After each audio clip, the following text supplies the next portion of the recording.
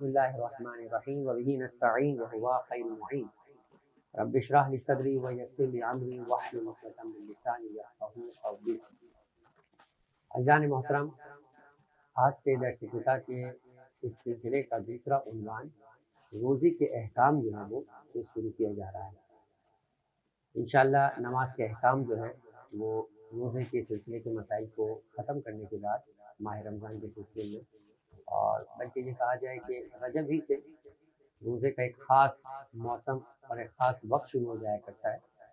کیونکہ روایات میں یہ موجود ہے۔ حدیث مرتبہ پیغمبر اکرم حضرت محمد مصطفیٰ صلی اللہ علیہ وآلہ وسلم سے روایت یہ ہے کہ رجب پروردگار عالم کا مہینہ ہے، شعبان میرا مہینہ ہے، اور رمضان میری امت کا مہینہ ہے۔ پھر اس کے بعد پیغمبر کی روایت ہے کہ جو کوئی اس ماہ میں پروردگار عالم کی محبت اور پروردگار کی عزت کے خاطر روزہ رکھا کرتا ہے تو پروردگار اس پر بہشت کو واجب کر دیا کرتا ہے۔ اور پھر اس طرح کی کئی روایات ہیں، بلکہ چھٹے امام نے تو راوی غالباً ابو سالم مفاتیح الجنان کے شیخ عباس قمی نے بھی اس روایت کو نقل کیا کہ جب رجب کے آخری دنوں میں امام کی خدمت میں حاضر ہوتا ہے تو امام باقاعدہ اسے سوال کرتے ہیں کہ کیا تم نے رجب کے کا کوئی روزہ انجام دیا ہے؟ یعنی امام جو روایت کا لفظ استعمال کیا اس میں شیئم کا لفظ استعمال ہوا ہے، یعنی کوئی روزہ انجام دیا ہے۔ راوی نے انکار کیا کہ امام نے ایک مرتبہ کہا کہ تو نہیں جانتا کہ تو نے اپنے ہاتھ سے کیا چیز فوت کر دی ہے، کیا چیز ضائع کر دی ہے، یعنی اس کا ثواب اور اس کی عظمت اور اس کی قدر سوائے پروردگار کے کوئی نہیں جانتا۔ اور پھر اس کے بعد راوی نے جب افسوس کے عالم میں، ایک مرتبہ حسرت کے عالم میں سوال کیا کہ مولا ابھی رجب کے کچھ دن باقی ہے، کیا میں ان دنوں میں روزہ رکھ کر رجب کے روزوں کا ثواب حاصل کر سکتا ہوں؟ تو امام نے پھر ایک سلسلہ بیان کیا کہ اگر کوئی رجب کا ایک روزہ رکھتا ہے تو قبر موت کے وقت کی سختی سے، قبر کی سختی سے اسے نجات مل جائے گی، اور اگر 2 دن کا روزہ رکھے گا تو پروردگار کے صراط سے آسانی سے گزار دے گا، 3 دن کا روزہ رکھے گا تو اس کو جہنم سے براعت نامہ جو پروردگار عطا کرے گا۔ تو رجب ہی سے روزے کے ایام شروع ہو جاتے ہیں۔ شعبان میں جانے کے بعد پیغمبر اکرم کی محبت اور پیغمبر اکرم کے احترام میں پیغمبر خود کہتے ہیں، مولا کائنات کی روایت ہے، اسے بھی مفاتیح الجنان ہی میں شعبان کے مہینے کے فضائل اور اعمال میں شیخ عباس قمی نے نقل کیا کہ جب سے میں نے پیغمبر کی کہ منادی کی وہ ندا سنی کہ جس سے منادی نے کہا کہ کون ہے جو میری محبت میں میری خاطر شعبان کے روزوں کو رکھتا ہے، تب سے چوتھے امام نے یہ مولا کائنات سے روایت نقل کی کہ پھر مولا کائنات نے اس روزے کو ترک نہ کیا۔ تو یہ پیغمبر سے محبت میں روزے رکھنے کا مہینہ شعبان اور ماہ رمضان یہ امت کی مغفرت کا مہینہ ہے۔ اس میں تو روزے رکھنا فرض کیے گئے، کتب علیکم الصیام کما کتب علی الذین من قبلکم۔ اسی ماہ رمضان پروردگار عالم نے گویا ایک زمانے سے امتوں پہ روزوں کو فرض کیا تھا، اور اسی تسلسل میں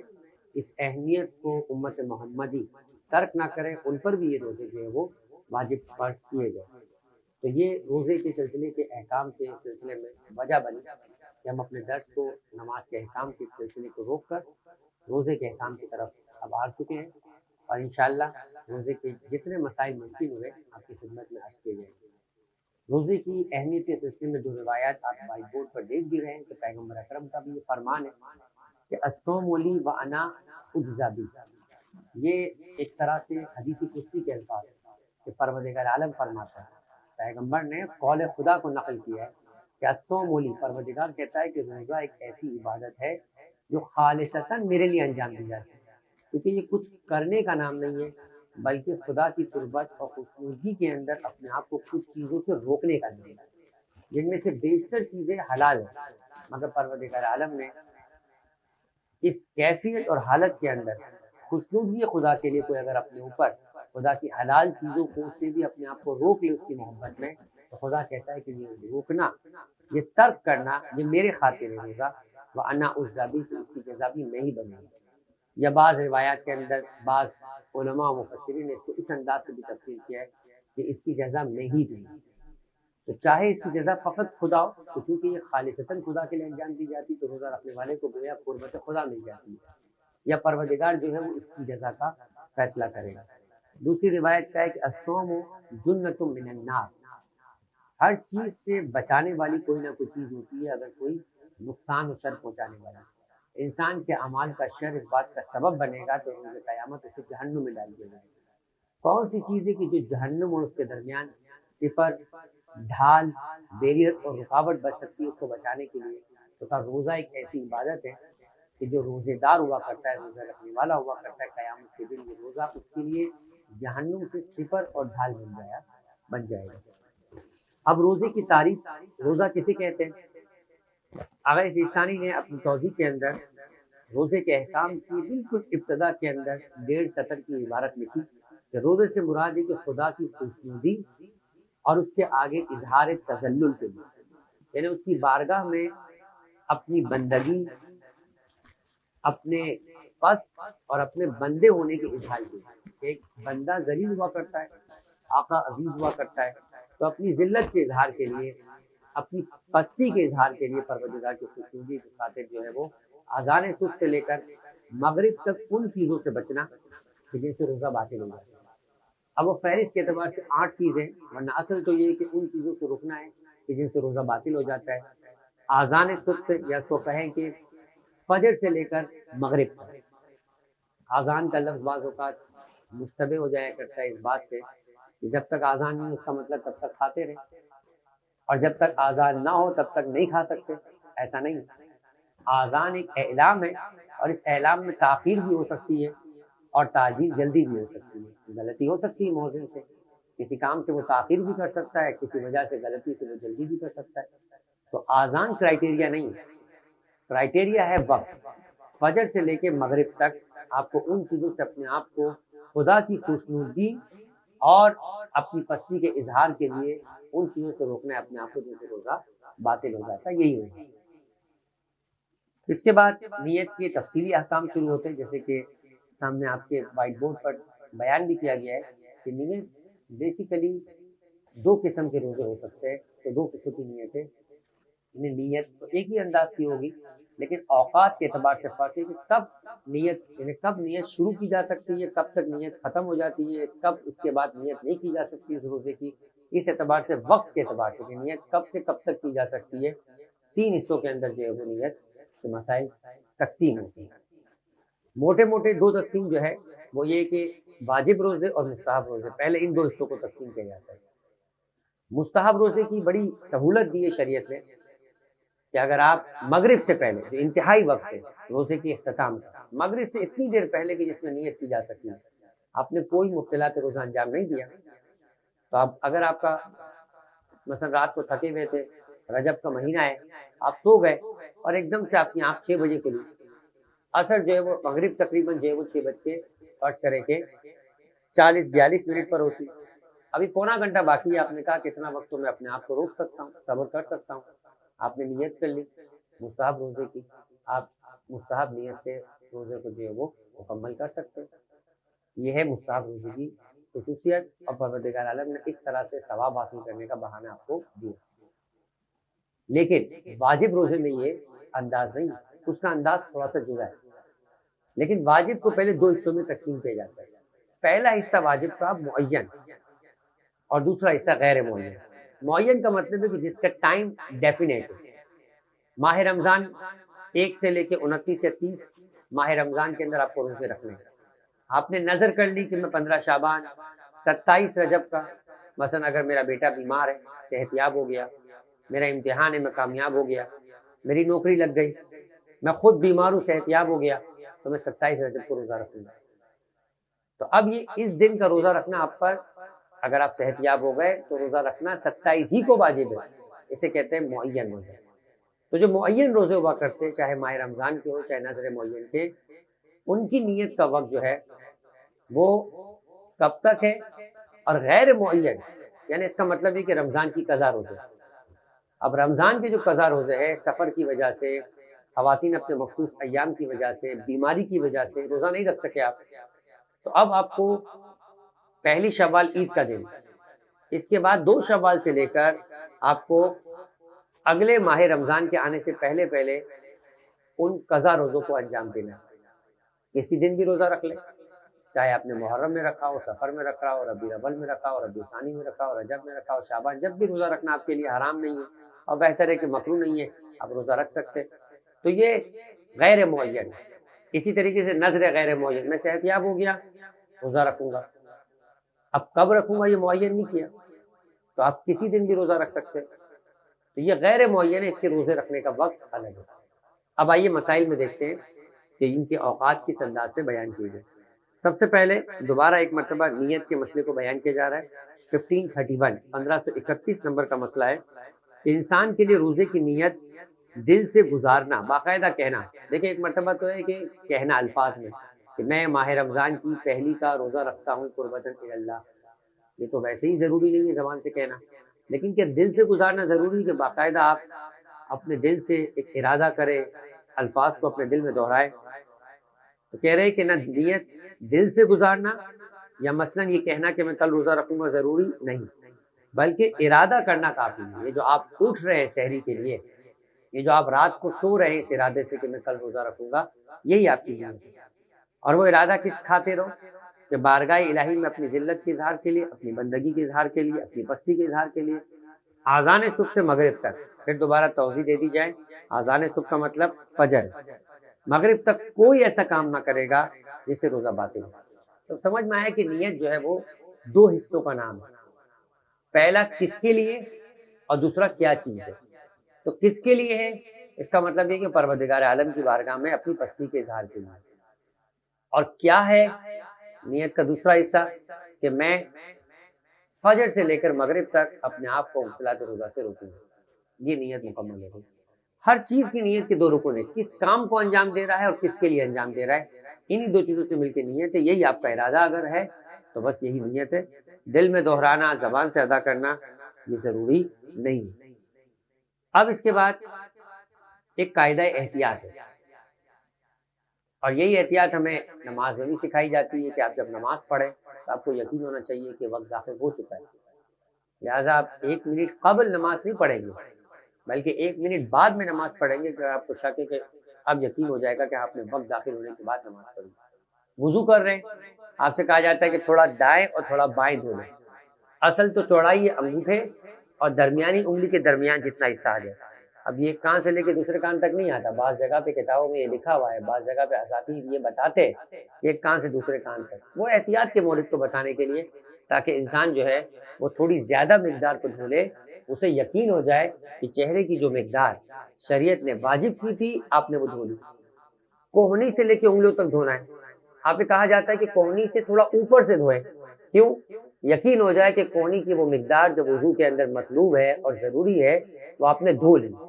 یہ نہ ہو کہ آپ نے انچز کا فیصلہ کرنا شروع کیا، ملی میٹرز کا فیصلہ کرنا شروع کیا، پتہ چلا 1 ملی میٹر رہ گیا وضو میں، تو وضو باطل ہے۔ سوئی کی نوک کے برابر بھی جو حصہ دھونا ضروری تھا اگر وہ رہ گیا، چاہے آپ کو اس کی خبر نماز کے بعد معلوم ہو، آپ کا وضو باطل ہے، آپ کی نماز باطل ہے۔ اس زحمت سے بچنے کے لیے آپ کو کہا جاتا ہے کہ تھوڑا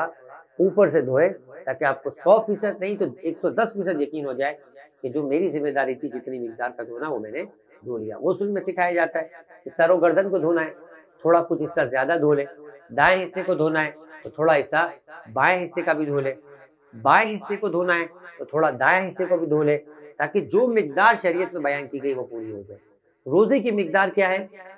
فجر سے لے کے مغرب، کچھ دیر فجر سے پہلے اور کچھ دیر مغرب کے بعد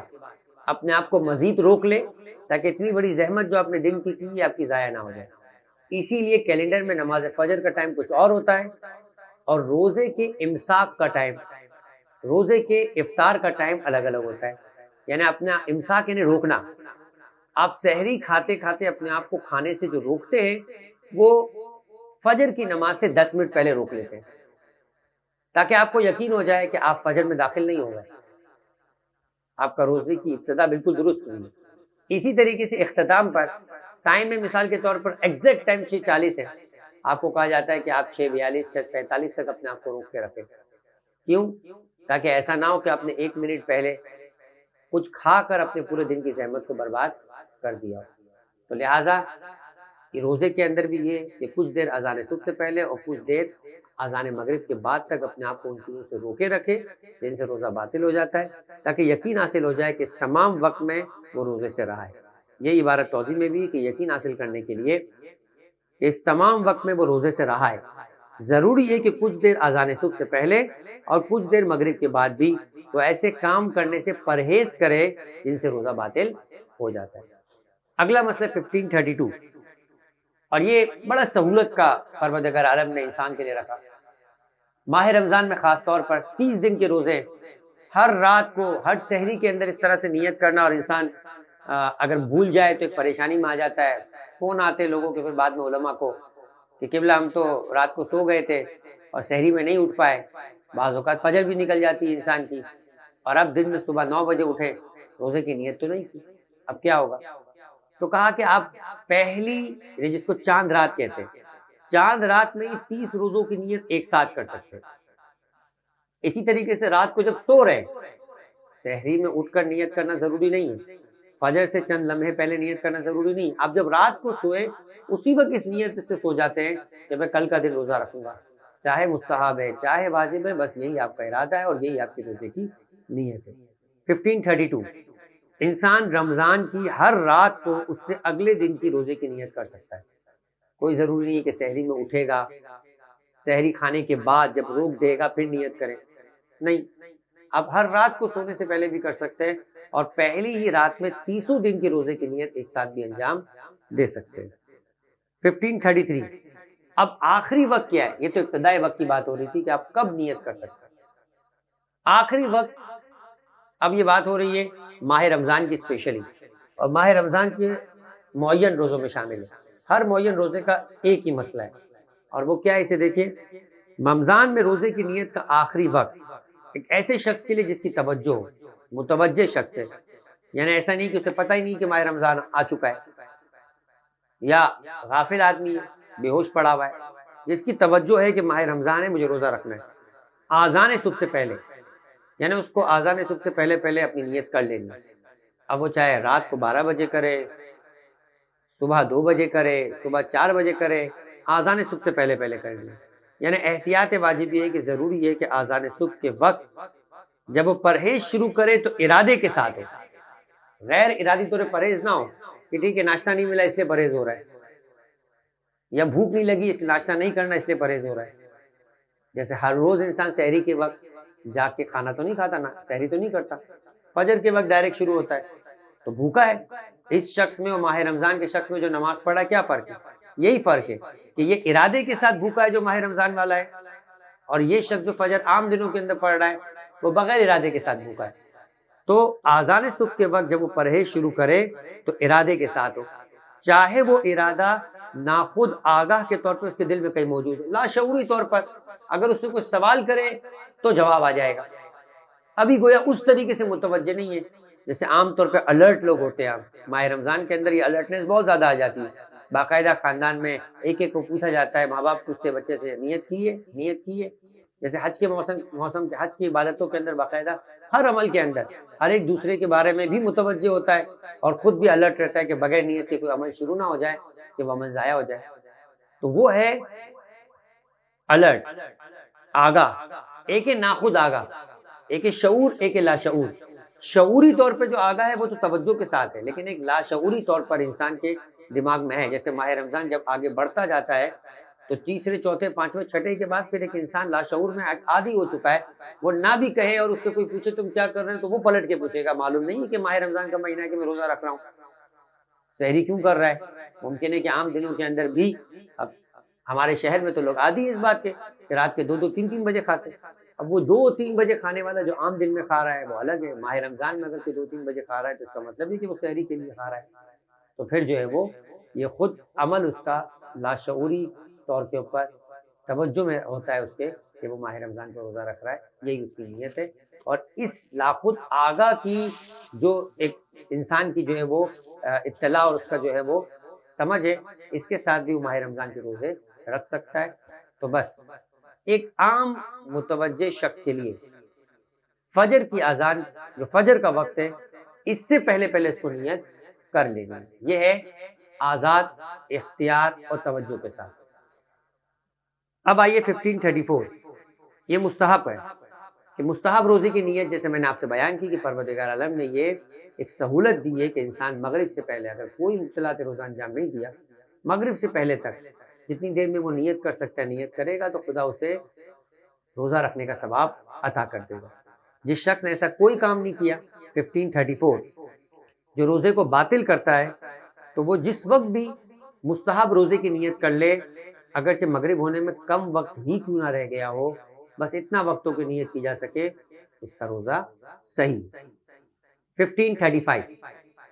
اب یہ گویا ماہ رمضان کے ساتھ ساتھ معین روزے کو باقاعدہ توجہ کے ساتھ بیان کر کے مسائل بیان کیے جا رہے ہیں، اور معین روزے کی تعریف آپ کے سامنے بیان کر دی کہ مخصوص دن کا روزہ، جب آپ کو معلوم ہے کہ آپ کو اسی دن روزہ رکھنا ہے، جیسے نذر معین، جیسے عہد کیا ہو کسی نے، قسم کھائی ہو روزہ رکھنے کی، تو جو شخص رمضان کے روزوں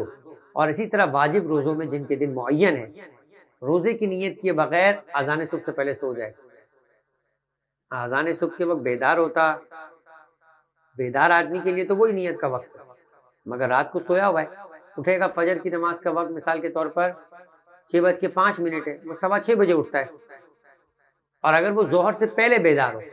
اب فرق نہیں پڑتا فجر کے بعد بیدار ہو، لیکن کب تک؟ ظہر تک، ظہر سے پہلے پہلے جب بھی وہ بیدار ہو جاتا ہے، روزے کی نیت کر لیتا ہے، تو اس کا روزہ صحیح ہے۔ اب بغیر کسی ارادے کے انسان سویا ہے، بھول گیا کہ مجھ پر 27 رجب کا روزہ واجب ہے، منت کی تھی، بھول گیا، صبح اٹھا 10 بجے، جب اس نے کیلنڈر دیکھا تو دیکھا کہ اس پر معین لکھا ہوا ہے کہ مجھے آج کے دن روزہ رکھنا تھا، اب وہ کہہ رہا ہے اب کیا کروں، بھول گیا، سحری بھی نہیں کی، لیکن آج کا دن روزہ رکھنا واجب ہے، اب کیا نیت کر سکتا ہے؟ کہتے ظہر سے پہلے اگر کوئی مبتلا کے روزہ انجام نہیں دیا ہے، تو ایسا شخص کہ جو بغیر نیت کے سو گیا ہے، اس کے پاس اپنے معین روزے میں، چاہے وہ ماہ رمضان ہو چاہے وہ نذر معین کا روزہ ہو، ظہر سے پہلے تک کا وقت ہے کہ جس میں نیت کی جا سکے، وہ نیت روزے کی نیت کرے، اس کا روزہ صحیح ہے۔ اگر وہ ظہر کے بعد بیدار ہو تو اب کیا ہے؟ اب کہہ رہے ہیں کہ روزے کی نیت کا وقت ختم ہو چکا ہے، لیکن چونکہ معین ہے تو لہٰذا اس کی ذمہ داری ہے کہ اس دن بھی اپنے روزے کو رکھے اور اس کے بعد بھی ایک قضا کرے، تاکہ اس کی ذمہ داری ادا ہو جائے۔ ممکن ہے کہ آج کا روزہ کافی ہو جائے، لیکن امکان ہے کہ نہ کافی ہو، تو یہ معین اس کے کندھے پر ایک بوجھ و ذمہ داری ہے، تو لہٰذا آغا سیستانی فرماتے ہیں کہ ضروری ہے، یہ فتویٰ ہے کہ احتیاط کرتے ہوئے قربت مطلقہ کی نیت سے باقی دن خود کو روزہ باطل کرنے والی چیزوں سے بچائے، اور اس دن کے روزے کی قضا بھی بچا لے۔ اب یہ قربت مطلقہ مطلب ایک مطلق کی قربت ہے، اب نہیں پتا کہ یہ واجب ہے، نہیں پتا کہ واجب نہیں ہے، بس خدا کی خوشنودی کے خاطر قربت مطلقہ، اظہار تذلل کے لیے آپ نے اپنے آپ کو مبتلا کے روزے سے بچانا ہے، کہ آپ جو ہے وہ چونکہ ذمہ دار قرار پائے تھے آپ کو اس دن روزہ رکھنا ہے، تو قربت کی نیت سے اس دن آپ کو روزہ رکھنا ہے۔ 1536 یہ آج کا آخری جو ہے وہ مسئلہ ہے، اور یہ ہے غیر معین، لہذا اس کے ساتھ ہی گویا ہمارے آج کے دن کے یہ مسائل جو نیت کی تقسیم کے تھے مکمل ہو جائیں گے، باقی تفصیلی مسائل تو انشاءاللہ اگلے درس و لیکچرز میں آتے رہیں گے۔ وہ یہ غیر معین کس کو کہتے ہیں، یہ بھی ابتدائی گفتگو میں نے بیان کر دیا کہ غیر معین کا مطلب یہ ہے کہ آپ کے رمضان کی قضا کے روزے، قضا ماہ رمضان، اسی طرح سے نظر ہے لیکن نظر غیر معین، آپ نے کہا میں بیمار صحت یاب ہو گیا، روزہ رکھوں گا، اسی طریقے سے مثلا اجارے کے روزے، اسی طریقے سے مثال کے طور پہ بڑے بیٹے پر جو اپنے باپ کے قضا روزے واجب ہے، یہ سارے روزے جو ہے وہ واجب ہے، غیر معین، اس کا کوئی وقت تعین نہیں ہے کہ آپ جب چاہے رکھ سکتے، اپنی ذمہ داری کو ادا کر سکتے۔ تو اگر کوئی قضا یا کفارے کا روزہ رکھنا چاہے تو ضروری کہ اس روزے کو معین کرے، سب سے پہلے مثلا نیت کرے کہ میں قضا کا روزہ رکھتا ہوں، میں کفارے کا روزہ رکھتا ہوں، لیکن رمضان میں یہ نیت کرنا ضروری نہیں ہے، رمضان ماہ رمضان ہے، پہلی دوسری تیسری چوتھی پانچویں یہ بولنا ضروری نہیں ہے، لیکن وہاں قضا یا کفارہ بولنا ضروری ہے، صرف اتنی نیت کہ میں رمضان کا روزہ رکھتا ہوں کافی ہے۔ کہتے ہیں کہ ضروری نہیں ہے کہ کہے کہ میں رمضان کا روزہ رکھ رہا ہوں، مگر اگر کسی کو علم نہ ہو یا بھول جائے کہ ماہ رمضان ہے، پہلی دوسری کا مسئلہ نہیں، اصلاً اس کو بھول جائے کہ ماہ رمضان ہے، وہ شعبان کے روزے رکھے جا رہا ہے اور اسی کنٹینیوٹی کے اندر اس نے پہلی اور دوسری اور تیسری بس میں روزہ رکھتا ہوں قربت اللہ، یاد نہیں ہے، بھول گیا کہ رمضان ہے، اور کسی دوسرے روزے کی نیت کر لے، تب بھی وہ رمضان کا روزہ شمار ہوگا، کیونکہ جو شعبان کے روزے رکھتے جا رہا ہے ممکن ہے کہ اسے یہ احساس ہی نہ ہوا ہو کہ بھائی رمضان ختم ہو کے شعبان ختم ہو کے رمضان شروع ہو گیا، وہ اسی رمضان کی نیت سے آگے بڑھایا جا رہا ہے، تب بھی اس کا روزہ جو ہے وہ صحیح ہے۔ لیکن قضا اور کفارے میں یہ نہیں ہوگا. اگر آپ کسی دن اٹھ کر قضا روزہ رکھنا چاہتے ہیں یا کفارہ تو آپ کو معین کرنا پڑے گا، تب وہ ادا ہوگا، ورنہ وہ عام روزہ تو ہو جائے گا.